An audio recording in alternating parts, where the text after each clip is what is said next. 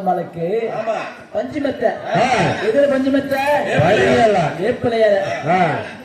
நம்ம அம்மா வந்து என்ன பண்றதுக்கு எங்க ஊர்ல அம்மா போட்டு சொல்லுவாங்க. என்ன பண்ண சொல்றாங்க? கீழே வேப்பலை போட்டு மேல கதவு வீசி போடுவாங்க இல்லையா? அப்படி அந்த அம்மாளுக்கு பஞ்சு மத்தியம். எது பஞ்சு மத்த? வேப்பிலை. வேப்பிலையால் பஞ்சு